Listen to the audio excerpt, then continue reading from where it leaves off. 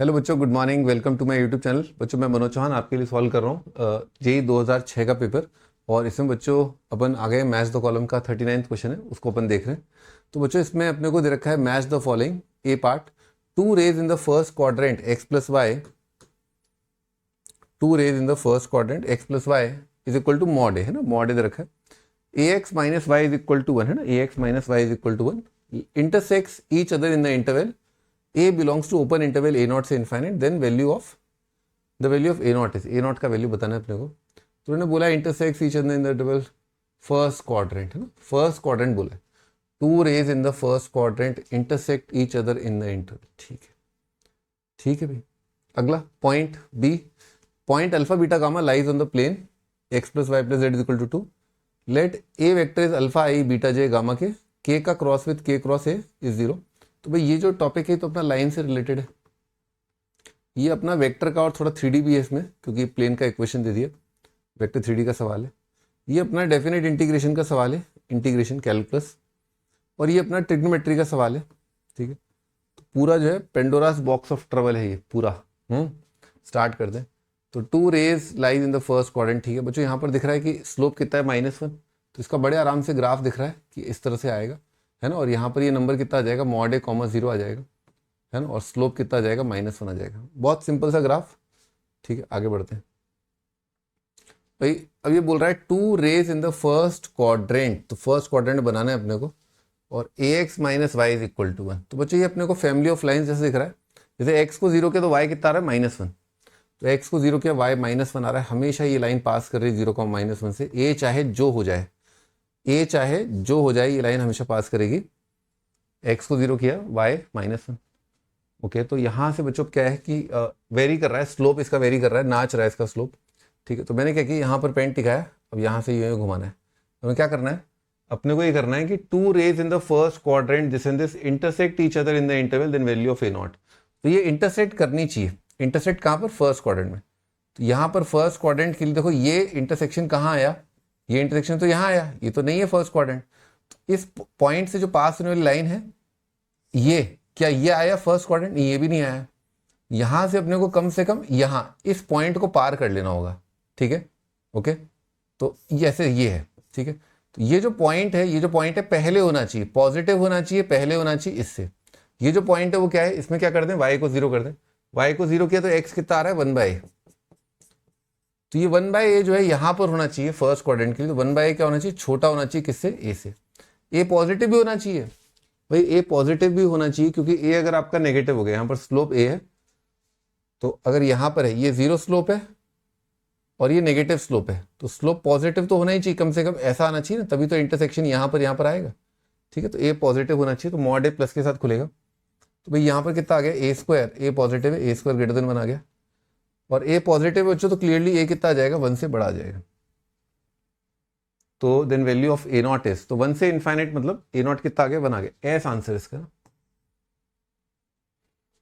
ठीक है जी, आगे बढ़ते हैं। Next, alpha beta gamma lies on the plane. ठीक है, तो alpha plus beta, simple see condition, alpha plus beta plus gamma, ये कितना आ जाएगा आपका, 2 आ जाएगा।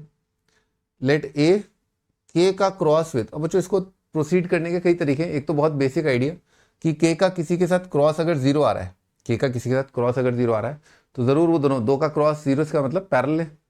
तो यानी कि ये चीज़ जो है किसके पैरेलल है, के पैरेलल है। तो के वेक्टर के पैरेलल का मतलब क्या है, लैम्डा के की फॉर्म का है। ठीक है, तो यानी कि के का क्रॉस विद ए, ये जो वेक्टर है के कैप का, ये पैरेलल किसके, के वेक्टर के। परंतु ये तो हो ही नहीं सकता, ये तो हो ही नहीं सकता कि के पैरेलल हो, क्योंकि ए क्रॉस के, तो ए और के दोनों के परपेंडिकुलर होता है, तो डेफिनेशन है क्रॉस की। तो के क्रॉस ए पैरेलल हो ही नहीं सकता। तो ए की सिचुएशन बची भैया कि ए वेक्टर कितना आ जाएगा, 0 आ जाएगा, और कोई सिचुएशन नहीं हो सकती। ठीक है, ए वेक्टर आपका, सॉरी ए क्या है, पैरेलल 0 वेक्टर लाने के लिए क्या कर सकते हैं अपन, लैम्डा के कर सकते हैं ना, लैम्डा के भी हो सकता है। ठीक है ना, लैम्डा के भी हो सकता है, तब भी ये 0 आ जाएगा आपका। अच्छा, तो यानी कि इसमें क्या है, इसमें अल्फा और बीटा का कंपोनेंट कितना आ जाए, 0 आ जाए।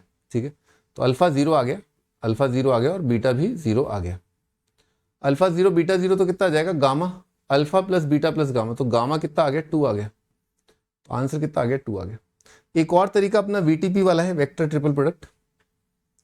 वेक्टर ट्रिपल प्रोडक्ट है ना, वो क्या होता है, ए क्रॉस बी क्रॉस सी कितना होता है, इसका डॉट विद दिस, यानी कि के का dot with A multiplied by K vector minus K dot K कितना हो जाएगा 1 into A vector is equal to कितना हो जाएगा 0। ठीक है, यह है। अभी क्या है, ए डॉट के, तो वही जो मैं बोल रहा था, ए इज इक्वल टू कितना आ गया, कुछ स्केलर टाइम्स क्या आ गया ना, ए वेक्टर जो है उसमें केवल के का कंपोनेंट है, जो कि यहां से भी अपने को दिख रहा था। ठीक है, ऐसा आ रहा है, तो ये आपके 0 आ जाएंगे, है ना। ठीक है भाई, अपन सी ऑप्शन पर आ गए। सी ऑप्शन बहुत ही सिंपल है। ठीक है, सी ऑप्शन डायरेक्ट वैल्यू है, तो कितना जाएगा 1 का इंटीग्रेशन 1, इसका कितना जाएगा 1/3, ये वैल्यू कितना जाएगा 2/3, इसका इंटीग्रेशन कितना आएगा y³ 3 माइनस y, है ना। इसमें लिमिट में रख दिया अपन ने 0 और 1। ठीक है, 0 और 1 कितना जाएगा, सॉरी 1 और 0, यहाँ 0 यहाँ 1 है भाई। 0 के लिए कितना आएगा 0 माइनस 1/3 माइनस 1 कितना जाएगा 2/3, 2/3 का मॉड कितना आएगा 2/3, 2/3 प्लस 2/3 कितना आएगा 4/3। वेरी सिंपल मतलब। ठीक है, तो ये आ रहा है। अब इसमें क्या है, इसने थोड़ा सा चक्कर खाने के हिसाब से बोला है कि देखो यहाँ पर एक आर ऑप्शन भी दे रखा है, तो इसका भी वैल्यू कैलकुलेट करो। तो वैल्यू कैलकुलेट किया, हाँ भाई, इस इंटीग्रेशन का वैल्यू कैलकुलेट किया 1 माइनस एक्स, इसमें किंग लगा देते हैं ना, किंग लगा देते हैं थोड़ा सिंपल हो जाएगा। किंग का मतलब क्या है, integration F of sum of limit minus X कर दिया अपन, है ना। उससे क्या है, थोड़ा सा ये आसान हो गया, थोड़ा सा ही आसान हुआ। कितना आ जाएगा रूट एक्स का इंटीग्रेशन 0 से 1 बन गया ना। जहां जहां एक्स है, एक्स की जगह कितना आ गया 1 माइनस एक्स। इसका कितना जाएगा x³ 3/2 अपॉन 3/2 का 2/3, लिमिट कितना है 0 से 1, कितना जाएगा 2/3, ये 2/3 आ गया। इसमें भाई चलो इंटीग्रेट ही कर लो, कितना आ जाएगा 1 प्लस एक्स की पावर 3/2 अपॉन 3/2 का 2/3, और लिमिट कितना है -1 से 0। भाई 0 पर कितना आएगा 2/3, -1 पर कितना आ रहा है 0, तो 2/3 प्लस 2/3 अगेन 4/3। तो इसके दो आंसर आ रहे हैं, एक आपका Q और R दोनों वैल्यू सेम है, Q और R दोनों आंसर हैं इसके। एक और तरीका आप सोच सकते हो, ठीक है ना, कि आप इसका इनवर्स फंक्शन दे रखा है बेसिकली वहां पर, है ना। 1 माइनस वाई स्क्वायर का अपना इनवर्स फंक्शन दे रखा है एक्चुअली। अगर आप बहुत ध्यान से देखो, 1 माइनस वाई स्क्वायर को अगर अपन कुछ मान लें ना, कुछ टी मान लें अपन, ठीक है, तो y कितना आ जाएगा 1 माइनस टी का अंडर रूट आ जाएगा। ठीक है, तो ये दे रखा है। सिमिलरली यहाँ पर वाई स्क्वायर माइनस 1 को अगर अपन टी मान लें, तो y कितना आएगा अंडर रूट 1 प्लस टी आ जाएगा। इनवर्स फंक्शन दे रखे हैं बेसिकली, तो एरिया अंडर द कर्व क्या आएगा, सेम आएगा। लिमिट एक्चुअली इंटरचेंज भी कर रखी है उसने। जैसे आप y की जगह 0 रखोगे तो t कितना आ जाएगा 1 आ जाएगा, y को 1 रखोगे कितना आ जाएगा 0 आ जाएगा। तो लिमिट भी आपकी इंटरचेंज हो रही है। तो ये सब्सटीट्यूशन है बेसिकली, ये सब्सटीट्यूशन करके भी आपका काम हो रहा है। ठीक है, इस इंटीग्रेशन में 1 माइनस वाई स्क्वायर को टी रख दो। ठीक है, ठीक है भी आगे बढ़ते हैं। तो नेक्स्ट सब्सटीट्यूशन, शायद वर्ड मैंने गलत यूज कर लिया, ठीक है, पर वो वैल्यू एक्चुअली क्या आ रही है, सेम आ रही है ना।